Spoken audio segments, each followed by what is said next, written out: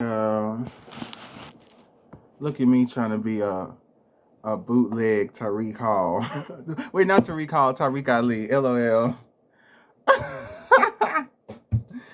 Oh my gosh. Yeah, this is cheap. I'm on a budget. Uh-huh. Blueberry sangria. I didn't even know they could do stuff for blueberry, but they could. It's all right.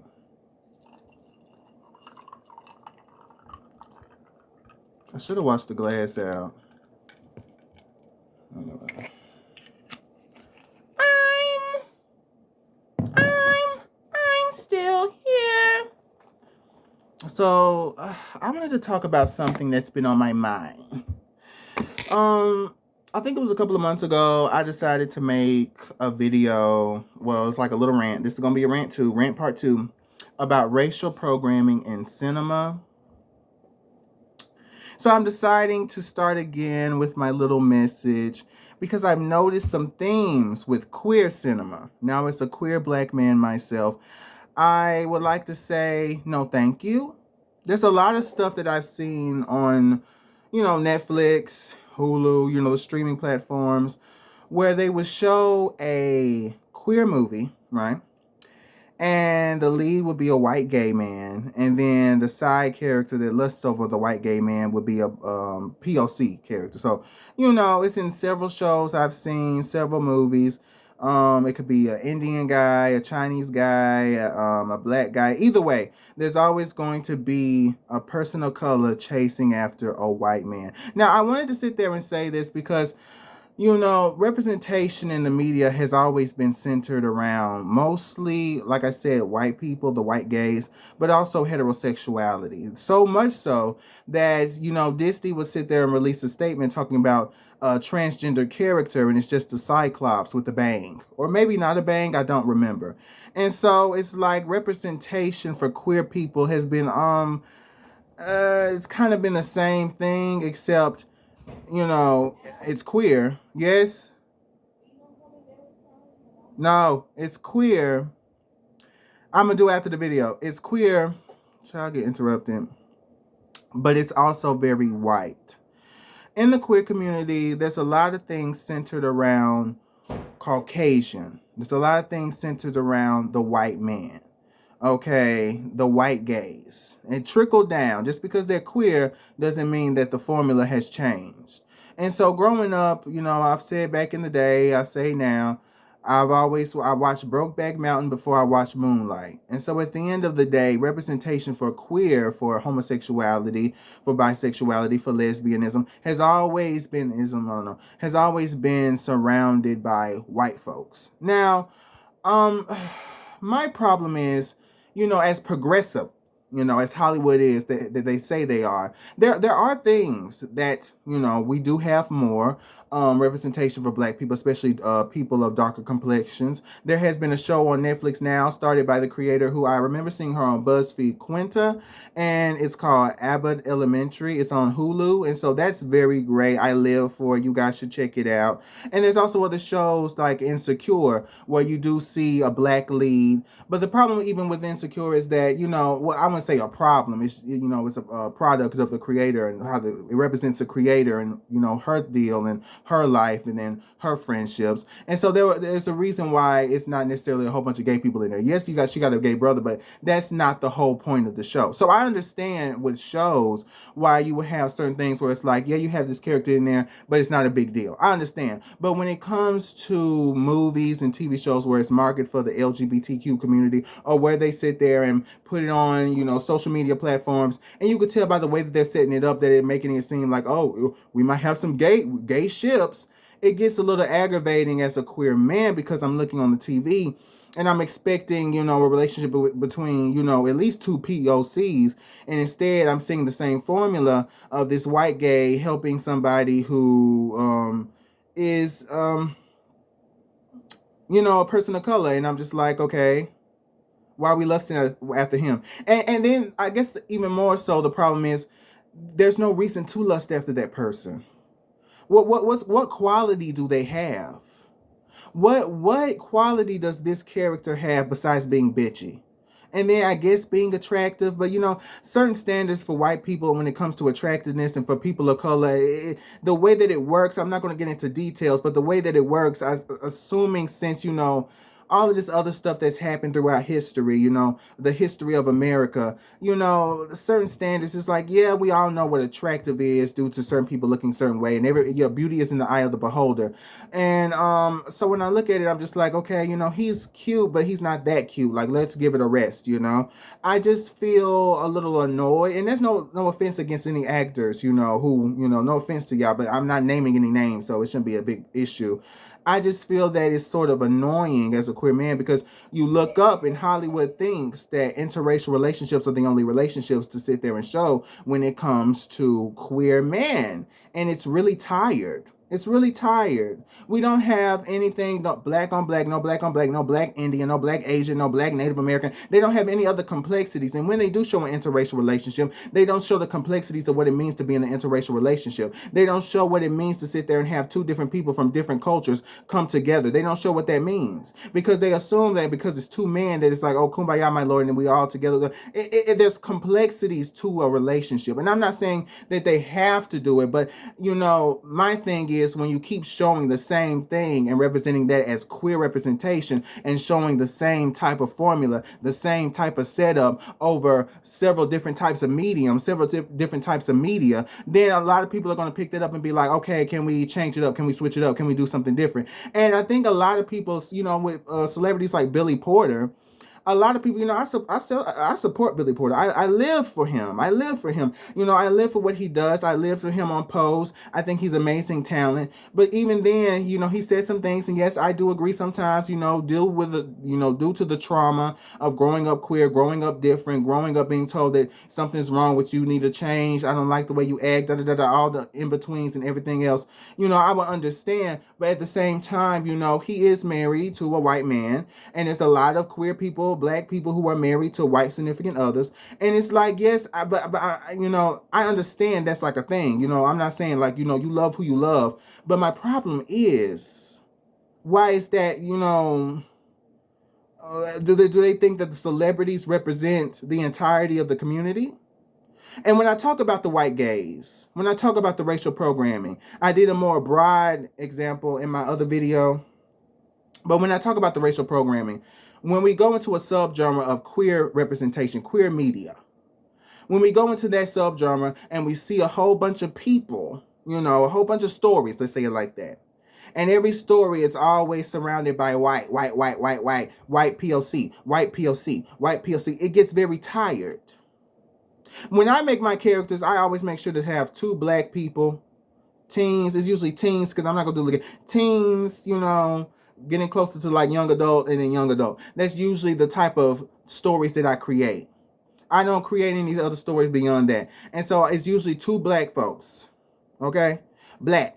The reason I do that is because growing up, like I said, Brokeback Mountain before Moonlight, I did not see any representation of people who look like me in relationships, queer people that are black. I seen it, but I didn't. But it was like a mockery, kind of like what they did with trans people. It was like a mockery, something for comedic timing. And it's really interesting as being someone who is queer, but also like a big black man. I automatically have a stereotype associated with me. People like me when I'm funny, but they don't like me when I started wanting to have all of this other stuff. They don't like me when I'm starting to do this. They don't like me when I'm starting to have issues, or where I'm talking about I want to be desired or seen as a romantic partner. They don't like that. People see stereotypes of people who look like me, and they assume that you're supposed to be this type of thing and that type of thing. That's why people like Santana are so groundbreaking. Because it's like, we're about to, change it up. We're about to give you something different, because the stereotypes that apply to people, the certain biases and phobias that are applied to people, people of color, black folks, it takes a lot to be courageous enough to say, I don't give a fuck and I'm going to do me, and I'm going to be the representation that I know a lot of people are asking for. But, so I'm not saying there isn't movements happening in different genres and different forms of media. I'm not saying that's not happening, but what I'm trying to say is it's the same type of formula. When I was sitting there looking at YouTube video, there was this constant video come from Hulu because my parents got a Hulu subscription, and it's this constant video, and it's of this white woman, and she's talking about what am I gonna do? I'm in a city. Oh my gosh, I'm in the city. I gotta find me a man. I got bored. I got bored. I got bored. I got bored. I got bored. I've seen it before. I've seen it before. I've seen it before. Why am I hearing? And they kept playing it over and over again to the point where I was like, please do not do this. Another thing. I looked at Emily in Paris. They're having a 4th season. I love, the actress. She can act. And then I went straight onto Emily in Paris. And then I saw that the POC, I'm seeing that Emily's whining about how she had sex with this man. And then how the Asian character, the character who happens to be Asian, because like I said, POC helping a white person. She's sitting there talking about, no, oh my gosh, no, you're so great. Like, no. And then she's sitting there like, yeah, you're right. And I'm just sitting here like, are we not done? Why do we have this same form? Why are we constantly having to aid? And see, this only impacts the same type of thinking that has been happening within America. Because, I was shocked when I found out black people from outside of the United States of America, because, when you're American, you think the whole world is America. And then, you come back to and you start to realize, oh, wait, there's other continents and other places. You start to come back to reality. So I was so shocked because I was looking at certain platforms, certain social media posts and stuff like that, YouTube videos, stuff, just doing, the everyday thing. And I was looking at, certain people, Jamaicans, Nigerians, Africans, people from outside of America, not African Americans. And they were telling me how surprised when they came here, how, it was all about race, how they knew so much about how they were a black man. They knew so much about how they were black. Because here in America, the foundation, like I said this all the time, the foundation of America has always been racism, has always been ignorance and bias towards people of color. Ignorance and bias towards people, specifically Native Americans first caught the strays. Native Americans first caught the strays, and then they trickled down to African Americans. Then they trickled down to black people. Then now we call African Americans, and the whole deal and the whole history and how that happened. And so, to me, the reason I get upset when I'm starting to look at certain films is because of that, they've always had that mindset due to the Jim Crow era, because people think, oh, it's not connected. Everything's always connected. Everything always has a start. The reason that they constantly have these stories is because that's what people are used to. People are used, white people, no offense to white people. I mean, I love my white people. I love my white girlies. I live for them. I love, Blonde Holiday, Rihanna, I live for you, give me very much. I'm living for what you're giving very much Sunshine Kiss, giving very much Blondie, giving very much, peanut butter, strawberry, giving very much different flavors. I live. But at the end of the day, because of slavery, because of the discrimination, white people specifically have had this mindset, not all white people now. Now, thank God, people have common sense, but still it can get tricky. Where it's sort of like everything's surrounded by us. Even when we're being progressive, it's still surrounded by us. Even when we're giving you the benefit of the doubt, when we're adding you to our story, it's still surrounded by us. Us, our problems, our deal, our pain, our issues. And when we do show pain and issues specifically of African Americans, it's like slavery, police brutality, we get beat. And then maybe after that, we finally get to the promised land. But after all of that stuff has happened, it's kind of like, what was the point? Now we just traumatized again. But then it makes the white people feel bad, and they just like, yeah, you know what? Maybe I shouldn't say the N-word when I'm listening to Biggie in the car. It's kind of like, okay, thank you, Carolyn. You didn't really have to tell me that. You could have kept that to yourself. But sure, thanks, Carolyn. I mean, you really gave me something. I'm glad that you're not saying the N-word for now. I know you're going to say it later, but I'm glad you're not saying it in front of me. Thank you, Carolyn, for doing the bare minimum. I don't understand why. Well, like I said, I do understand why, but I don't understand why certain writers can't sit there and use their brain cells and understand that certain executives and certain things, they follow the trends, they follow what people hate watch. The same thing that they did with the Fairy Winx Club. I forgot what the Winx Saga, they butchered that shit. The same thing they doing with everything else. They butchered it till they couldn't butcher it no more, and people hate watching it, and then the companies look at it, they eat it up, they get money, they get revenue, and they keep doing it. But at the end of the day, the reason it pisses me off And because they don't do that, they don't do it the same with other shows that give. They don't do it the same with other shows. I'd be like, what's going on? And so when I look at certain shows, but really shows and movies, when I look at certain types of medium and I constantly see the queer character, it's really important to have people who are queer, black, because let me tell you the implication. Every time I hear somebody say queer, they automatically think white. Queer is not whiteness. Queer is a sexuality, an identity. Anybody can be queer. Anybody across the world, any race, any ethnicity, any type of background could be queer. That's not specifically for white. But what happened is the same system that's in the heterosexual world. Because heterosexuals, they really don't know about the lifestyle. They talk about the lifestyle. They don't know shit about the lifestyle.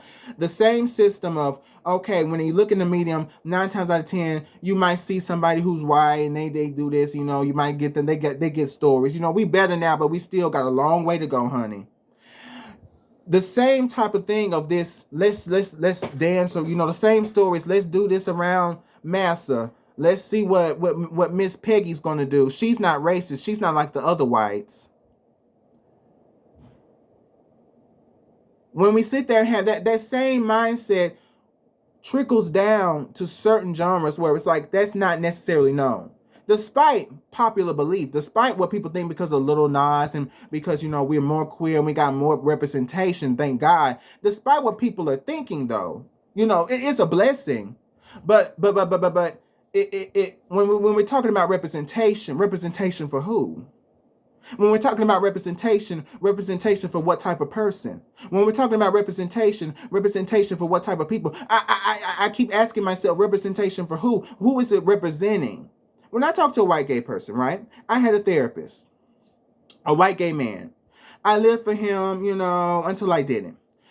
He tried to create a bond with me. Everything was going well, but he kind of got upset when I started to talk about me being a black man and me being a black man, talking about the issues of being black and being queer and growing up in a religious family and being around niggas and having to deal with that shit and being feminine and all these other aspects of what I grew up with.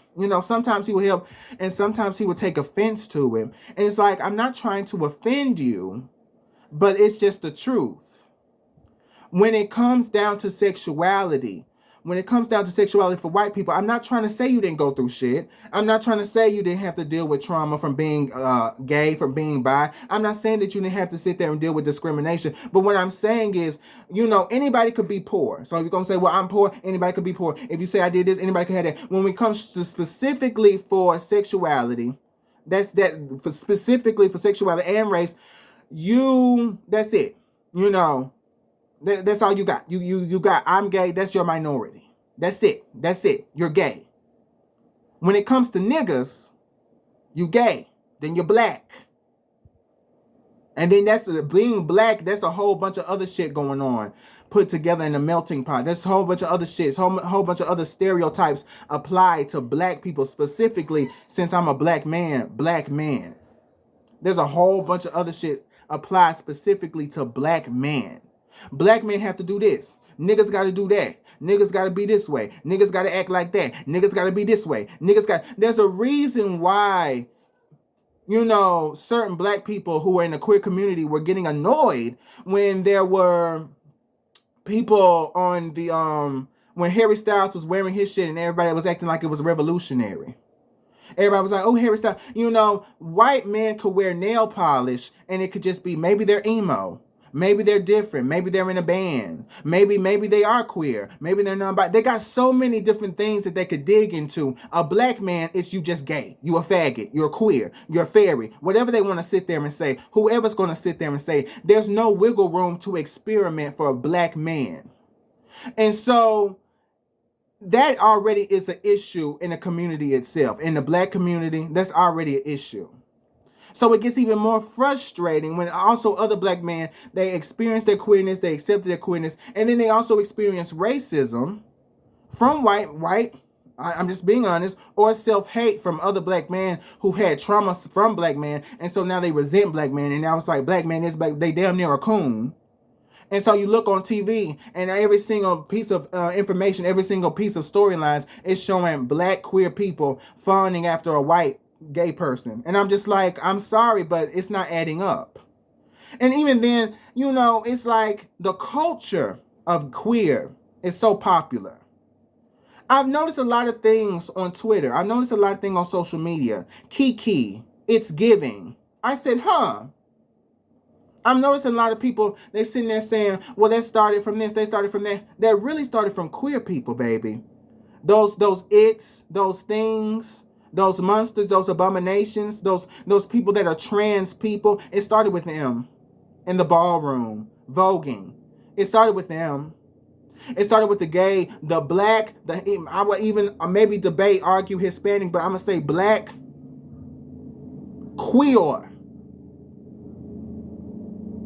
And then, of course, we have the association with women, but it started with queer people. Give queer people their flowers. This stuff that you think, yes, sis started this, because I looked up one day. I said, when did everybody named Mama start saying Kiki? I said, when is everybody named Mama saying Kiki? We about to go Kiki. And some of them can't even do it right. I said, when did this happen?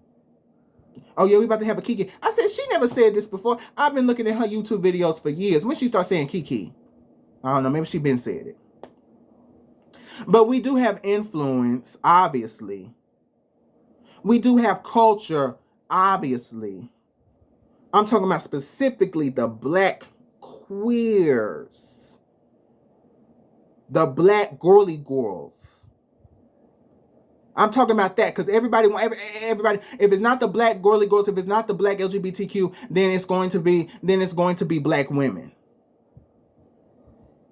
If it's not that, somebody's gonna be black. That's the culture. That's what people are digging into, right?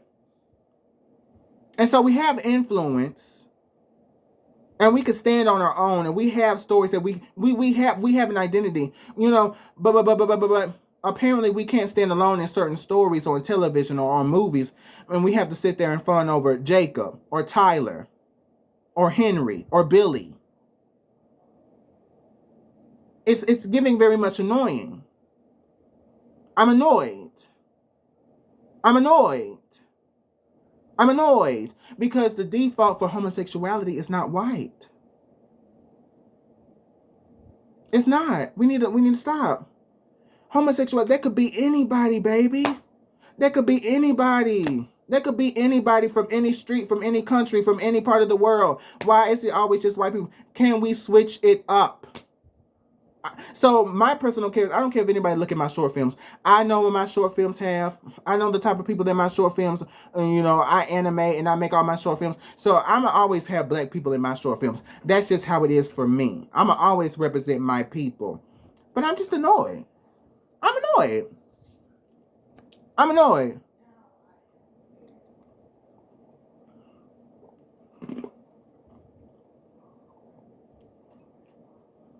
I'm annoyed. It's good, child.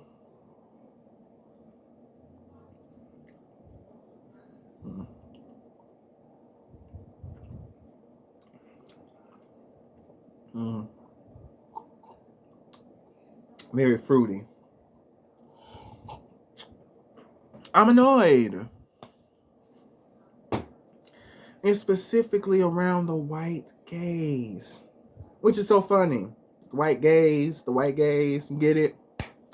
And I'm just like, come on now. They have to come up with something new. We always decides. But don't think, don't think that I'm just gonna come for the white people.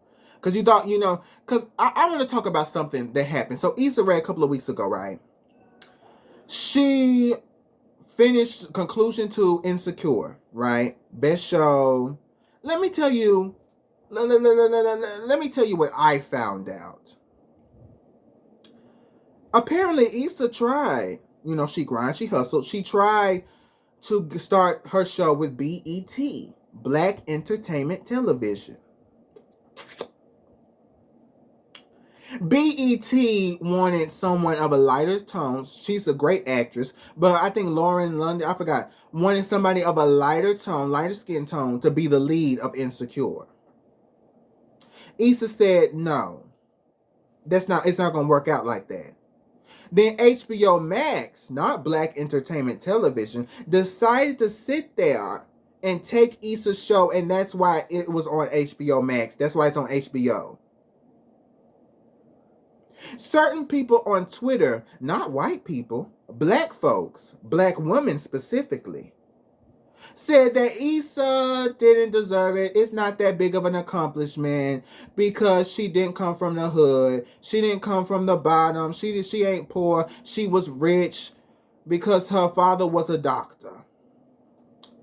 As someone who grew up in the suburbs, I understand why niggas would think you rich. I understand. You know, they see you, they see you with all this stuff. They see you with your phone. They see you with certain things. I understand. But it's always baffled me because it's called middle class for a reason. It's called middle class. You're not rich. I promise you a couple of bills will humble a middle class person real quick. I promise you a couple of bills will humble somebody real quick, will let you know what class you're in. It's called middle class for a reason. So sis was comfortable. It's comfortable. I am privileged to be middle class. It's comfortable to be middle class, but that does not mean you're rich, boo-boo. Far from it. Far from it. Yes, you can have moments where you get close to richness and you like, ooh, this sounds like, but you have to humble yourself real quick. Because the moment you get too comfortable, that's when they're going to be like, I don't see enough money. I thought you said that you had enough money. They're going to remind you how middle you are. They're going to remind you how middle. Because in this neighborhood I am right now, this house is being rented out. This is not a house we own. You walk around, you know, you go down this street over here, you got 2-story houses, gated community. You walk down the street right here, you go down here, there's not houses, big ass houses. You go down here, the houses get smaller. The houses get smaller. They start to get a little rocky, a little down. You go down here, the houses might get a little rocky. You go over here, the houses might be a little nice build up. Now we're starting to get to the big houses. You go over here. You go over here to my street. You got a mix of the nice houses, pretty much. The nice built houses, you know, the rich people houses. But the thing about being in the suburbs is it's a concoction of different people with different types of income. It's not simply you just go here and then everybody named mama just rich and we all just sitting there doing what, you know, you have to humble yourself real quick because it's different types of incomes, different types of people of different types of professions, of different types of incomes that are maybe renting out a house here. You don't know. Some people are not even buying the house. Some people don't even own their house that are renting out a house in the same location. Now, I understand why people from the hood, people from lower income will sit there and come for people from the suburbs and sit there and say maybe they're cool, because I've seen a lot of people from the suburbs look down on people from the hood or people from lower classes because they think that they're better than them. I have to come for people who live in the neighborhood because they think that they're better than them. They think that they're better. They think that they're better, but they're not. They're not better. They're not better. No one's better than the other. We all just trying to make it. But my problem, the reason I'm talking about this, is because it be your own people. It be your own people who don't support. I may not like the show. Some shows I don't like, but I check it out because they say it's black. Black folks, if I don't check it out, I at least retweet it. I send it out. I may let other people know, hey, I seen this show. You know, make sure that it's known. That's the least I could do. Right? I just find it really annoying. I find it really annoying how our own people, I talked about this in my other video, racial programming, how our own people are so programmed by certain different types of things that may be happening in their life, so programmed that they are doing the work for the racist white people. Not all white people, again, are racist. Again, I have to say this. Because, you know, people going to sit there. Oh, he said, no. Not all white people are racist. I said it. I said it once. I said it twice. Not all white people are racist. I said it a third time. Not all white people are racist. So I said it. But I'm talking about specifically for the white people that are still racist. They're doing the work for them. They are doing the work for them. Why are you upset at Miss Ray for succeeding and finishing a show? Why are you upset? She put a lot of those people that she put on, a lot of those people on the show, I never seen them before. I never seen them before. So I support. I could not relate to a lot of stuff in that show, and I still looked at it because it was good storytelling, good cinematography, good music choices. They were doing their stuff, they were doing the work, so there was no reason to hate the show because they obviously put time and effort into the show. When you put time and effort into something, people will appreciate it. At least I thought so. At least I thought so. Now, certain movies that a lot of black folks love is movies that they are unaware is in a way mocking them. They are unaware that's in a way sitting there perpetuating the same type of formula, the same type of racial programming, where it's saying that you as a character, you as a person that happens to be a character, you as a person that's being represented as a character, your race being represented as a character, will always have to be aided by a white person, will always have to sit there and sacrifice for a character that is white, that even though they don't even identify as white, or even though they're not really white, you're still going to have to sacrifice your being. You're still going to have to sacrifice your character development. You're still going to have to sacrifice every ounce of who you are as a character, or as a character that's representing your people, because that's just the way they see us. That's the way that a lot of these writers see us. A lot of them are lazy. A lot of the directors are lazy. And a lot of them will keep sitting there perpetuating the same bullshit that says black folks, black people have to constantly sit there and talk about how Karen is having a bad day and how she had sex with this Hispanic man. Girl, no one cares, Karen. No one cares about what you're going through. No one cares about what's happening to you. No one cares. I'm tired of talking about you and your messed up. I don't care. I swear to God, and I'm not supposed to swear. I cannot deal with it. I've seen it too many damn times. At least they brought Sex in the City back, but that was an older show. They started from the beginning. So at least that's an update. That's a continuation.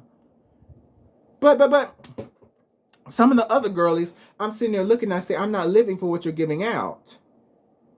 And so I'm upset because I'm thinking to myself, even if we do have queer black representation, that's actually, I'm talking about actually put the work in. I'm talking about actually has the budget. I'm talking about actually putting the effort in. Would my black people support it?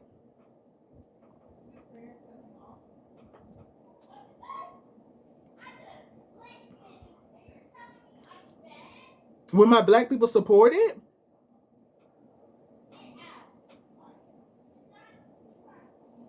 Would my black people support it? Would my black girly girls support it? Because I support, baby. I support my people. I watch. I'm a viewer when it's done right. But I just don't know. Due to the racial programming, due to growing up, which doesn't make any sense because some of these niggas grew up in the 90s. I grew up at the end of the 90s, right in the new decade, the 2000s, right? Right? Yeah, I think I don't know, I think I'm right. And so,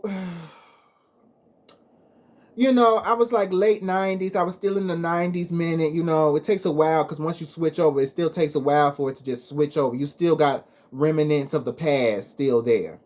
And so I was looking at a lot of stuff back in there and lots of representation back in the 90s. And even then, the 2010s maybe. We had the early 2000s, we had a lot of representation. But there were still things that needed to be done, especially for queer representation. And I feel like it's annoying. There's a lot of black folks that don't support, maybe because they homophobic, transphobic, maybe because you never know. There's a lot of black people that are willing to support, right? So it's gotten better. But I'm just saying, there was a lot of people that still supported Issa Rae though. Not like Issa Rae gonna look at this video and be like, oh, yeah. A lot of shit gonna really catch up. But there's a lot of people that support it anyway. So it's not like it was a big deal. It's not like it's not like it was a big deal. Right. I don't know. I kind of don't like this. I like strawberry better. So it's really annoying. It's really annoying to me. I said, how many times are we going to care about Tyler? How many times? I have a gay story. That football player that was gay that came out. He got a whole show. It's riddled with white privilege. I said, baby, who gives a fuck? There's a lot of niggas that came out. Show a story about a DL coming out and going through that. Since we want to show a story. I mean, good for him, but you know, he's conveniently attractive. I'm not saying conveniently attractive people don't go through shit. He's gonna be fine, baby. Trust me. The way that, let me tell you something, as a person in the LGBTQ community, the way the LGBTQ community set up and the way he look, he gonna be fine. Because a lot of the girlies, let me say it, I've been desperate in the past. I'm just gonna say it. But I know a lot of these girlies are still desperate. Okay?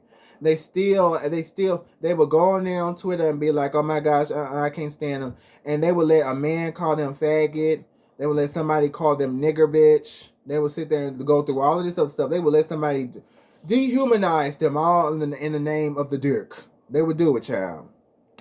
Not all of them, you know, but he gonna be fine. I don't think we need a documentary. I really don't. I don't think we needed a show about how it was so hard for him.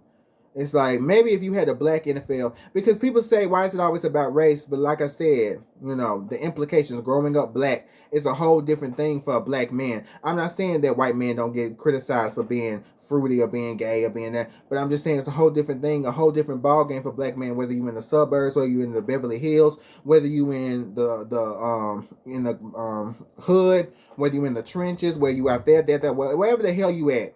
Okay? The bias, the hate will remain the same for black men. I'm talking about specifically for black folk. Black folk being black men. Specifically for black men, it's always going to be an issue. Niggas can't do shit. And so at the end of the day, representation matters. Representation matters. It matters to represent certain people of a certain identity. It matters to represent certain people. That's why I always work hard to do so, but it's just like, child, sometimes I'll be thinking to myself, how many times are we going to care about this? How many times are we going to care about Tyler? How many gay love stories is it going to be a POC lusting after a white gay, a white bi? How many times are we going to care? I don't care. No offense. No offense to Tyler with the blue hair. No offense to Jacob with the purple highlights. No offense to Robert. No offense to Robert, but I need a break.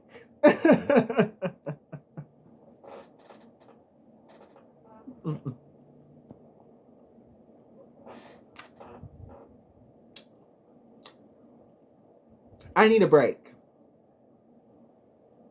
And also, you know, gay people of different body sizes. Gay people of different body sizes. Yes, make them uncomfortable. Yes, different body sizes, different things, different things going on. It has to be done. It has to be done. And so I just don't live anymore for it. So anytime I see it, I don't check it out. I don't care if they have a black gay. I can't tell you the amount of holiday movies I've seen, and I'm just like, okay, I see a black gay, and I say at this point, baby, any person of color will do. Any person at this point. I mean, if you still want to go for lighter, maybe an Asian, you know, maybe, you know, no offense to my Asian, you know, but you know, they got, you know, if that's really what you want, please give me something different. I've seen Tyler and Matthew 60 times. I'm like, come on. Something new. But they don't want to do it.